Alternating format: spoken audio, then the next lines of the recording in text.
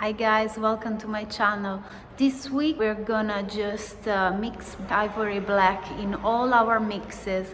So that means we're gonna be working with shades. This is Halloween week. I've decided to paint some skulls. I hope you enjoyed the video, and if you do, please like, share and subscribe.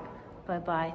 Let's get started. I've decided to keep going with my little experiment in color with tint, shades, and tones.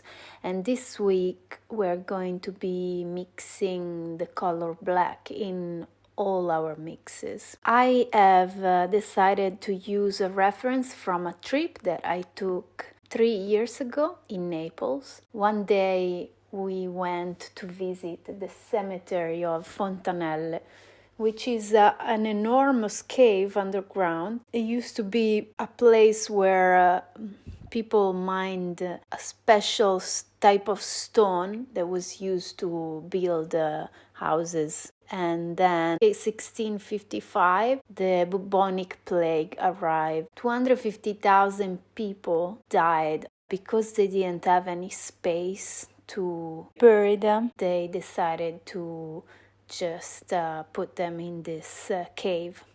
And the cave became a cemetery. Visiting that place is a pretty intense experience because imagine 250,000 skulls and skeletons, and they're just one on top of the other one.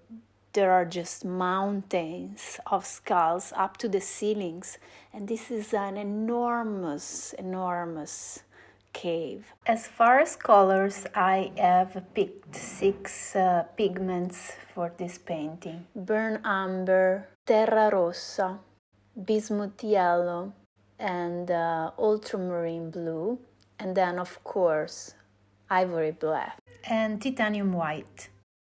The ivory black I used was a really old tube I had in the house, and this pigment, this tube, was gifted to me by my parents when I was maybe 15 years old.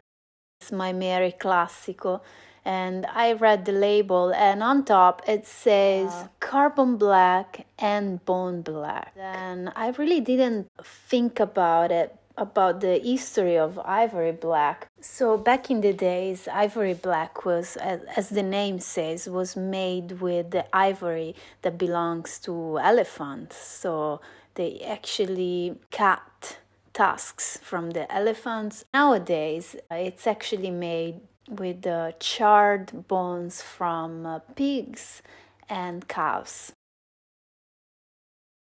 Painting this image was not easy, and painting with shades really restricts the range of tones, the range of saturation you can use. Because I used these 2 pigments that are in the shades of these pigments are pretty similar. Terra rossa with black actually gives you some kind of color that looks pretty much like burnt umber. So it was a little redundant, I think, and I really needed another color to finish my painting because bismuth yellow was what I was mixing to lighten up my mixes and to reach my lightest lights, and that was turning my painting all green. So that was a little bit of an issue because when I reached the front skulls, I wanted to go a little lighter, and I couldn't because I already had used my bismuth yellow, and I didn't want the skulls to be bismuth yellow because bismuth yellow is a cool color, and this painting has a warm light that comes from the bottom right side, and I really wanted those skulls to feel dusty and almost lit by a candlelight, by a fire, so very warm. So I decided to use my Terra Rossa on the right side of the painting, right front side of the painting, to play against a cooler green in the background and my cooler blues, because I had a secondary light source in the background from the left side. So all the skulls that were in the back, one on top of each other, were pretty blue and grays.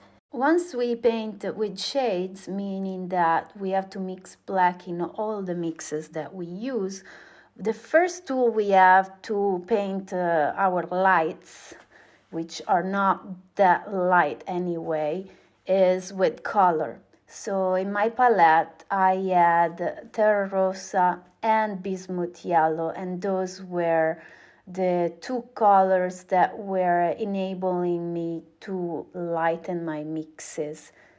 The second tool was to use cool and warm mixes, so that even if maybe tonally two mixes were the same, they were able to be different and distinct to the eye, because one mix was cool and one mix was warm. So that's when I started to use the bismuth yellow and the greens on the right side back of the painting, and the Terra Rossa in the front right side, and that gave more complexity to the painting.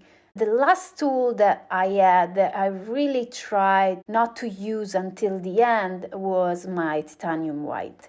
Since titanium white is a pigment, is not actually just something that you mix into your colors to get to lighter tones, which is also one of the main functions of white. It's still just a pigment, so it's not outlawed in this exercise of shades, as long as the black remains dominant over the white.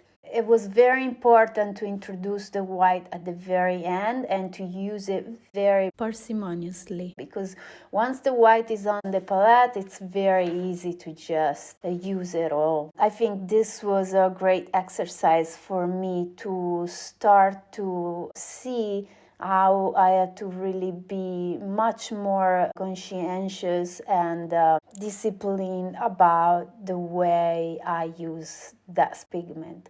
Also because titanium white, as I said many times before, is a very strong pigment that changes all the saturation and all the temperature of all the mixes. If used with a very heavy hand, what happens is that the painting will just veer towards tints, which would be the exercise that we did last week.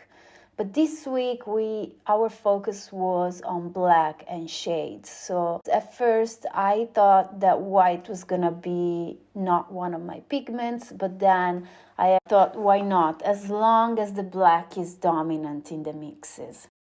I have a little bit of an history painting skulls, because when I first started to paint in oil, which was 2016, so 4 years ago, almost 5, I did begin with skulls, and I painted skulls for an entire year.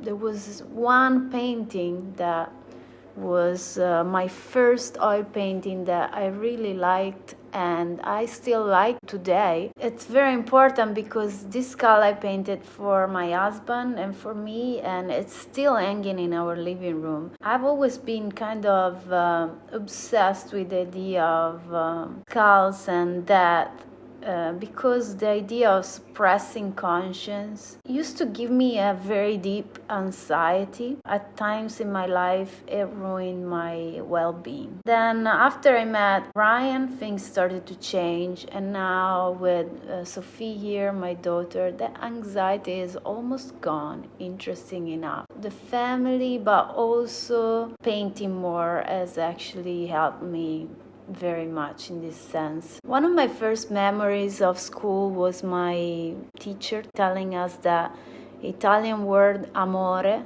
which is love, from Latin, literally means against that. So this painting is still hanging today in our living room, and it's a reminder of really what's most important. Okay, this is it for this week. Happy Halloween. Take this weekend to remind of the people you have lost, and to celebrate love and family, to stay safe, to wear your masks, and hopefully together we'll get through another lockdown that is definitely coming here in Italy again. And yeah, we'll get through it for sure, because humans have been through pandemics before, and it's gonna be very tough, but we will survive. And the people that survive always have to take time to remember the people that are gone, the people that we miss. And yeah, so happy Halloween, everybody, and have a great Sunday. Bye-bye.